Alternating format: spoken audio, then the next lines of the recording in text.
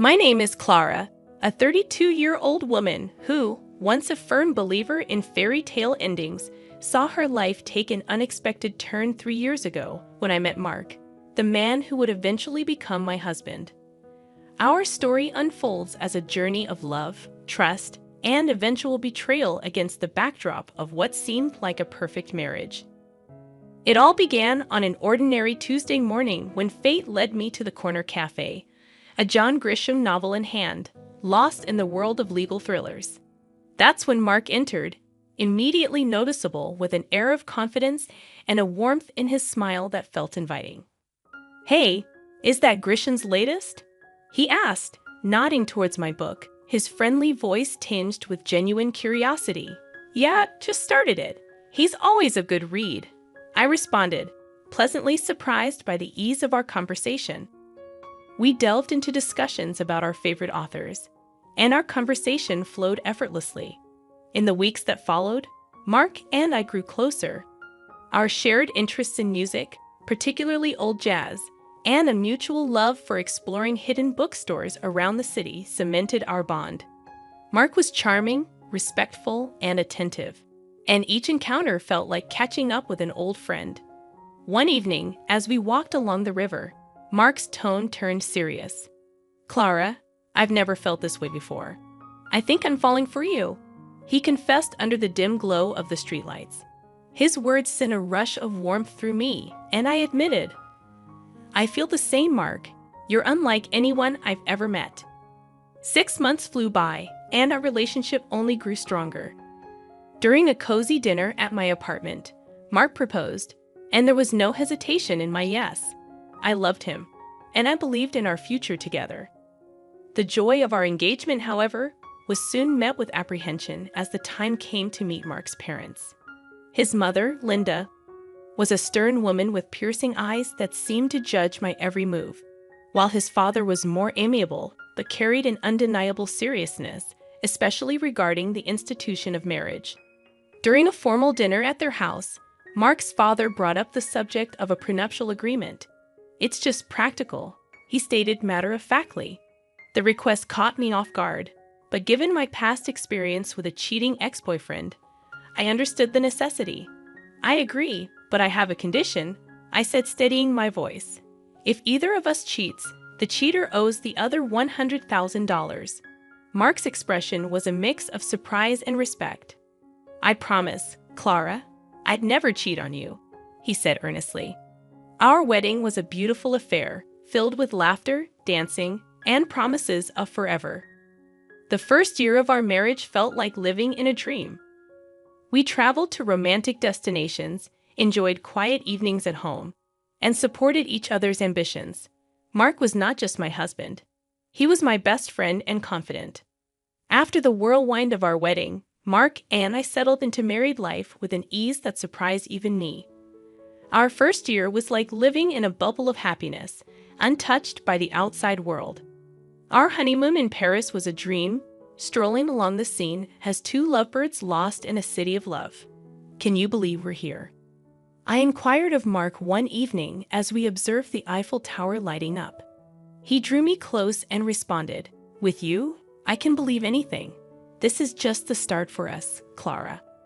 Those days were filled with laughter, romantic dinners, and promises of a shared future. Returning home with a suitcase full of memories, our bond felt unbreakable. In our daily routine, Mark would bid me farewell each morning before work, and I'd have dinner waiting for him upon his return. Our conversations stretched late into the night, discussing everything and nothing. One night, while cleaning up after dinner, Mark remarked, "You know, I never thought I'd be this happy doing mundane stuff like washing dishes." I playfully splashed water at him, and he laughed, catching it in his hands. "That's because you've got an amazing wife. It's all about good company," he said. "Absolutely the best decision of my life marrying you." Despite the growing pressure from external expectations, particularly the anticipation of starting a family, our happiness persisted.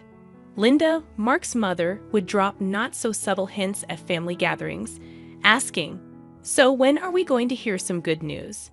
I brushed it off with a joke, but her persistence strained me over time. Mark reassured me, saying, "Don't let my mom get to you. We'll start a family when we're ready, not minutes sooner." Our first year of marriage was magical, celebrated with a quiet dinner at home. Mark surprised me with a necklace I had admired months ago. "Happy anniversary, Clara. Here's to many more years of happiness," he said, his eyes shining with love. As we cuddled on the couch that night, I felt incredibly fortunate.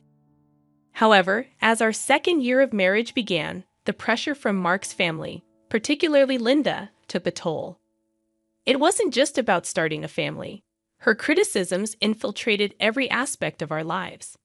Linda's disapproval, often hidden in seemingly helpful comments, turned every visit into a nightmare. One afternoon, as I set the table for lunch, Linda walked into the kitchen, eyeing the spread with a disapproving frown. "Is this what you're serving? A bit simple, don't you think?" she remarked, her tone dripping with disdain. Clenching my jaw, I tried to maintain composure. Her critiques extended beyond my cooking, finding fault in everything from house decorations to how I spent my free time. One evening, relaxing in the living room, Linda gave her unsolicited opinion, stating, "You know, Clara, if Mark gave me the money he spends on you." I contemplated hiring a proper cleaner and cook. Mark appeared uncomfortable, but he remained silent. His quiet response felt like a betrayal, and though seething with frustration, I managed to say, "Well, Linda, I'm doing my best here." The hurt intensified as Mark's attitude began to mirror his mother's criticisms, albeit in a more subtle manner. Following one of Linda's visits, Mark casually suggested, "Mom might have a point about the house. Maybe we should consider getting some help." A pang of hurt and frustration hit me, and I questioned, "So you think I can't handle it either?" He backpedaled, saying, "No, that's not what I meant." But the damage was done. Constant criticisms and Mark's growing detachment strained our marriage, leading to arguments over trivial matters and transforming our once easy conversations into tense exchanges. After a particularly heated argument, I found myself wondering aloud, "What happened to us, Mark? We used to be on the same team." He ran a hand through his hair, looking frustrated, and replied, "I don't know, Clara. Everything feels so complicated now." That night, I went to bed feeling lonely and misunderstood. Linda's insidious comments had invaded not only our home, but also our marriage, making me question whether the love Mark and I shared could withstand this constant barrage of negativity. As the third year of our marriage unfolded, a sense of unease settled in my heart. The once bright flame of our love seemed to flicker under the shadow of doubt and distrust. It all started with repeated phone calls from a name that kept popping up on Mark's phone, Jake. Mark's demeanor changed whenever that name flashed on the screen. One evening, as we watched TV, his phone rang again, and I couldn't help but notice the nervous glance he threw my way. "Who's Jake?" I asked, trying to sound casual, but my heart pounded. "Just a new guy at work, no one important," Mark replied, but his voice was too nonchalant, and his answer seemed rehearsed. Mark's behavior continued to shift. He started coming home late from work with flimsy and inconsistent excuses. His wardrobe underwent a transformation, shifting from casual to sharply tailored suits. One night, as he prepared to leave for another late night at work, I questioned, "Working late again?" noticing his dressed-up appearance. "Yeah, big project," he said without meeting my eyes. "Don't wait up." Frustration boiled over, and I confronted him one day, saying, "This isn't like you, Mark. What's really going on?" My voice trembled with a mixture of anger and fear. Mark sighed, displaying a mix of guilt and annoyance. "I told you, it's just work. Why can't you trust me?" I shot back, "Because you're hiding something. You're never here, and when you are, it's like you're a million miles away." Mark didn't respond. He just grabbed his coat and left, leaving me standing there feeling more alone than ever. That night, lying in our empty bed, I made a decision. I couldn't live in this limbo of doubt and suspicion. I needed to know the truth, whatever it was. The next morning, I called a private detective. It felt like a betrayal, but the constant worry and uncertainty were eating me alive. I needed answers and was determined to get them, no matter what they revealed about the man I thought I knew. The days after contacting the private detective were a haze of anxiety and anticipation. I felt like I walked a tightrope, desperately trying to maintain a semblance of normalcy while my world quietly crumbled around me. Then the call came, shattering my last hope. "Mrs. Johnson, we have conclusive evidence. I'm afraid your suspicions were correct." The detective's voice was solemn, heavy with the weight of the news he was delivering.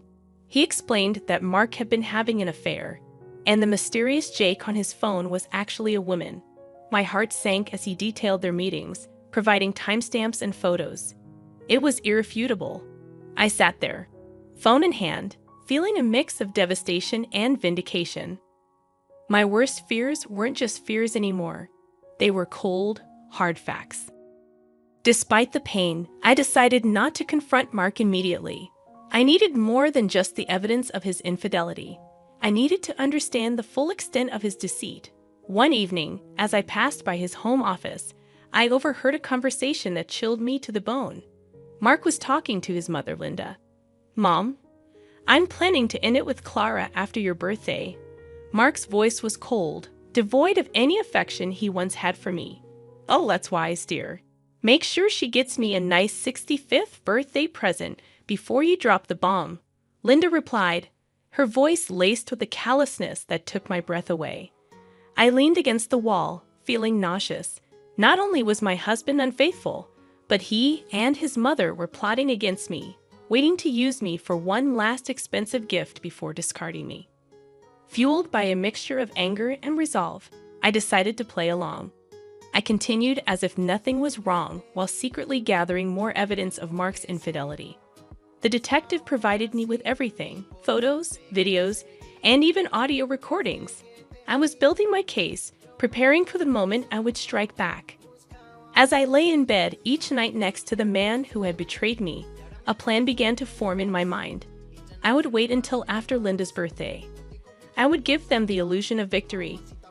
Let them think they had outsmarted me. But when they least expected it, I would reveal everything and turn the tables. As Linda's 65th birthday approached, I put on a mask of ignorance, acting as though everything was normal. Inside, I was a cauldron of emotions: anger, betrayal, and a fierce determination to see my plan through. A few days before the birthday, Linda casually mentioned her upcoming celebration during a family dinner. "So, Clara, I'm expecting a grand 65th birthday. You must have planned something special for me," she said with a sly smile, clearly anticipating a lavish gift. Keeping my emotions in check, I replied with faint enthusiasm, "Of course, Linda. I've arranged a dinner at the city's most luxurious restaurant. It'll be a night to remember." Her eyes lit up with glee, not realizing the trap I was setting. "How wonderful! I can't wait. Just a small family gathering, right?" she asked. "Yes, very intimate and exclusive. Just for close family," I confirmed, my words laced with hidden irony. Later that night, Mark approached me, a hint of suspicion in his voice. "That's quite a generous plan for Mom's birthday. Are you sure about this?" I looked at him, maintaining my composure. "Absolutely. It's a significant birthday, and I want to do something special for her." Mark seemed appeased, but I could tell he was puzzled by my willingness to indulge his mother. As the day of the dinner drew near, I managed the final arrangements meticulously, confirming the booking under Linda's name, double-checking the guest list, and ensuring everything was in place for the grand evening. Playing the role of the dutiful wife and daughter-in-law, I concealed my true intentions beneath a facade, ready to expose the betrayal and deceit that had corroded our marriage. The night before the dinner, as I lay in bed, a twisted sense of satisfaction enveloped me. I was mere hours away from turning the tables on Mark and Linda. They believed they were using me for one last benefit before discarding me, unaware that I held the reins of the game. The evening of Linda's 65th birthday unfolded in a luxurious restaurant, every detail meticulously planned to reflect the grandeur of the occasion. While Linda reveled in the opulence, I played the part of the gracious daughter-in-law, masking my inner turmoil with a practiced smile. As the dinner drew to a close, the waiter presented the bill, a hefty $4,500. With a steady hand, I reached for my card, my heart pounding. After swiping the card, I glanced around the table, observing Linda's satisfied smirk and Mark's uneasy expression. "Thank you for such a wonderful evening, Clara. This is truly generous," Linda said, her voice dripping with insincerity. Seizing the moment, Mark leaned in with a mocking tone. "By the way, Clara, I want a divorce." His words struck me like a physical blow, but I refused to let them see my pain. Linda chimed in sharply. "Well then, I guess you should leave. This is a family gathering after all." Without a word, I stood up and left the restaurant, my dignity intact despite the turmoil inside. As I walked away, I swiftly canceled the payment on my phone and blocked the shared account, ensuring Mark couldn't cover the costs either. Back at home, I packed my belongings quickly, the finality of my actions setting in. I was leaving this chapter of my life behind, stepping into an uncertain but hopeful future. Soon, my phone erupted with calls. I answered, and Linda's voice, shrill with rage and panic, filled my ears. The payment didn't go through. The restaurant staff called the police. "What have you done?" Her words were a cacophony of anger and disbelief, but I remained silent, letting her tirade wash over me. This was their doing, their betrayal and manipulation coming back to haunt them. After hanging up, I looked around the empty house, once filled with dreams and love, now just a hollow shell. I took a deep breath, stepped out the door, and didn't look back. Their calls continued, desperate pleas for help that I no longer felt obliged to answer. I had closed that chapter of my life for good. In the end, they paid. Mark had to borrow from his parents, but I didn't care where the money came from. It was a small compensation for the betrayal, but more importantly, it was closure. Sitting in the lawyer's office, signing the last of the papers, I felt a sense of peace. The journey had been painful, full of betrayal and heartache.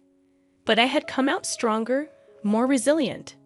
Walking out into the sunlight, I felt like a free woman ready to start anew. The future was uncertain, but it was mine to shape. After all the darkness, I finally felt like I was stepping into the light.